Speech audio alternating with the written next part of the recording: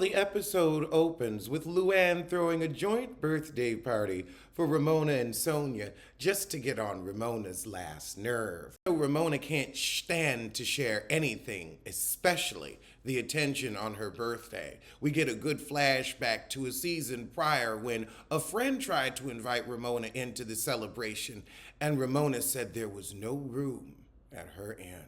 Sonia and Ebony are at the boxers getting their self-assertate on, and Sonia's very pleased that Ramona and Luann think she's gotten a little snippy because she says, I'm not your doormat anymore. You're not going to run all over me anymore. I'm not your whipping girl. I saved that for the Morgan family. However, Luann and Ramomo are meeting across town very upset that Sonia isn't taking it anymore. They think something's changed with her. Now, it is true she needs help with the alcohol, but you need help with how you treat your friends. Well, those aren't your friends. Y'all are just leather handbags you collect. Now, Luann has genuine concern for Sonia's alcoholism because she, as a drunk herself, was arrested and unceremoniously thrown in jail. At the boxing ring, we have a real moment where Ebony and Sonia connect over not having their fathers in their lives. Ebony, however, is going to be getting her blood test with her possible half-sister over FaceTime. I think it's a sneaky commercial for Ancestry.com, but that's just me. I know product placement when I see it. A white, upright piano, Luann. A white, upright? Honey, that's a white, uptight, just like you. Ooh, that piano ugly. I mean, you've got this supposedly big apartment. You've got decent views, I'll give you that. That place is screaming for a baby grand. But I guess you didn't have enough grands to get it, and that's why you went with this ivory monstrosity. It's something in hot pink would belong to Gabrice and Gabrissy. Oh my God, Housewives of New York has turned into the encore. Lulu's gonna do a Christmas tune, and she's going to have all the girls come over and sing a line. We barely want to hear their raspy to screechy voices, and you really Leah's going to sing nasal Leah? Ebony might be able to hold a note. Luann, you give us your mannish notes. Sonia could be funny, but oh God, Ramona's gonna ruin it. She's gonna ruin it like she ruins the show. I just can't believe this is turning into the encore. I really can't. But I can because reality TV people love to repeat plot lines. We had a cute moment with Ebony and her possible half-sister. Meanwhile, across town, Luann and Leah are planning Ramona and Sonia's birthday party at Cocktails on the Hudson. I don't think I've ever been there, but it looks cute. But what's really cute is Luann's coat. Now, I'd wear that. Leah, I don't know what's up with you this season. Why are you, when you're singing one line on a song, worried about contractual agreements and people being able to use your voice in perpetuity? It's a line on a Christmas song from Luann. Only about 20,000 people are even going to hear it on all streaming platforms, so you really ain't got much to worry about, sis. However, Garth and Luann have been spotted in Page 6. And I don't know why when Garth came on a TV show, he didn't think he would end up in Page 6. Like, these people know who Luann and the Housewives are. They know the game. You know what? You're taking a little break because Garth is out there humping on every lonely Hamptons heifer that he can find for a free hot meal and some carpentry work. You put him on blast and fucked up the rotation. Well, his hotation. Got out here and acted like you owned a timeshare, man, and management had to come and let you know, I'm sorry, this is a rental. You will never own, and it ain't for sale. Now we're at Luann's house, and Ramona comes by to record her part on the song in the ugliest green tiger print blouse I've ever seen, or maybe it's leopard. I don't know. I can't even do that to a leopard. I mean, it's just ugly. Like Ramona herself. I'm glad Ramona knows she doesn't have a great voice. It's squeaky and harsh and shrill all at the same time. She can't pick a struggle. And now we at the encore portion of the show where we really trying to give Ramomo a vocal lesson. So what do I want for Christmas? Luann, you need your butt beat. He came on and did her part in one take. Ramona, they had to work and work and work just to auto-tune it anyway. Why waste time in the studio? Just let her sing that line and move on. Fix it in post, because she can't fix it in real. Leah really gonna walk in, so who owns the song? Because I talked to my lawyer and I just wanted to know about the sampling rights. And the head writer says, well, we wrote the song, it's completely original, and all three of us have the publishing rights. So she still wants to know, well, how does this get distributed? How does Fortune get the money? Luann said, look, I'm giving all my portion, and then she's gonna say forever? But can you do that? Oh my goodness.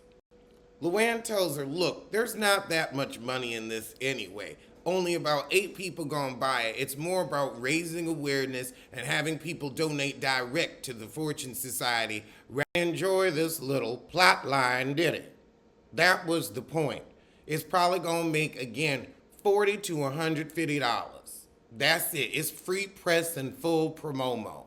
Have a line in the song. If you're not comfortable, I can go out and find plenty of other girls who aren't going to ask me these questions because truthfully, they just don't give a shit. They get the joke and they get the game. So the head writer finally says, this is a do-nay-nay. Nobody can legally come at you for anything. And that quiets Leah down so she can go and do her piss-poor part. Sonia, why did you think that this doily explosion dress would be a good look for your confessional?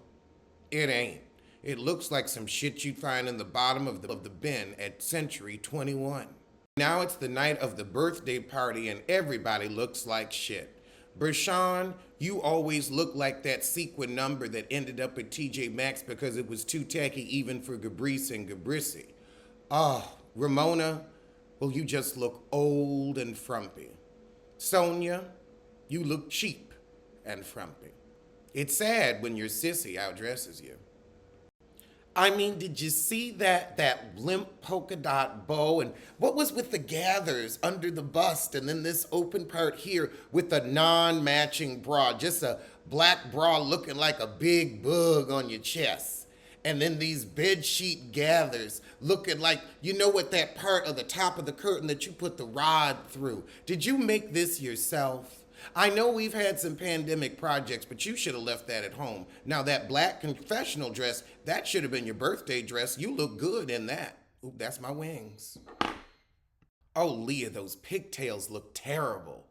And just because you can fit some of these dresses doesn't mean you should be wearing them. Anne is the best dressed. Who'd have thunk it? And I bet she stole that dress from Lisa Rinna. Got the male model from the nude painting out here. I guess he's trying to be the white bolo. We got Will from last year, who I didn't remember, but kind of looks like Jake Gyllenhaal. Leah's like, why y'all recycling men? Give me some new dick. I'm with you. Of course, some strippers pop out and we start having a decent time. Is reminding everybody, don't you say nothing about my drinking. I don't want to hear it. White Bolo gives us a great moment explaining what the vulva was to the girls. However, we go inside and Ebony's inviting Ramona and Luann to an event. And then Bershawn comes up and Ebony's face just falls. She's like, I guess this heifer gonna have to tag along. First, Ramona has to say, why do we have to call it Bad Shabbat? Why don't they have to be red people or green people? Why can't it just be a party? It's my birthday. I just want to have fun. And Ebony's like, look, it's Black Shabbat. And I want you to come. However, Bershawn says, well, why aren't I on the list? And Ebony's like, well, it's COVID, so I can't bring in that many people in the house. Yeah, that's what it is, limitate. And also, it's Black Jewish people. So I'm sorry you don't fit the qualifications for an invitate. I said, heifer, you don't know how to throw a party, no way. Leah, really, you whining about this release at a party? This is your first and only music video. You should worry about Rihanna wearing your wardrobe instead of this little home movie, this little YouTube special. I mean, let's see, you might get 50,000 views. Why are you so concerned about this release? You're turning this into your plot line. We won't talk about your non-existent love life. Gives me a Gabrice and Gabrissy tea. And so do those extensions. Carly Red. And says, you know, I'm glad you brought it up because you made it a bah humbug, butt on your shoulders moment when you came over to record yesterday. And Ramona jumps in and says, oh my goodness, if she makes $1 million on it, I'm fine. I don't need a piece of it. And Leah said, well, I do. Girl, you really think this is going to go that viral? You're overestimating your popularity, especially after the shitty, shrill shrew you showed this season. Oh my God. Luann said, lawyer up, baby. You're not going to find anything. Leah and Ramona almost get into it, and she keeps whining about this release and wants certain percentages. And you go, oh my goodness, you sound a fool. You sound an absolute fool. This song gonna make $200 off YouTube. I give it 200. Are you hard pressed for the 200? After the vaginal and penal cake cutting, because of course, Leah, she goes up to Ramona and says, it's not that I don't trust you. I don't know. It really sounds like you don't trust her. And you also think this song is going to be making money year after year after year. You think this is going to be one of her big hits? I promise you, it's not. Now, and the episode ends with Will going home with Ramona. I'll see you soon for something, because that was the shit.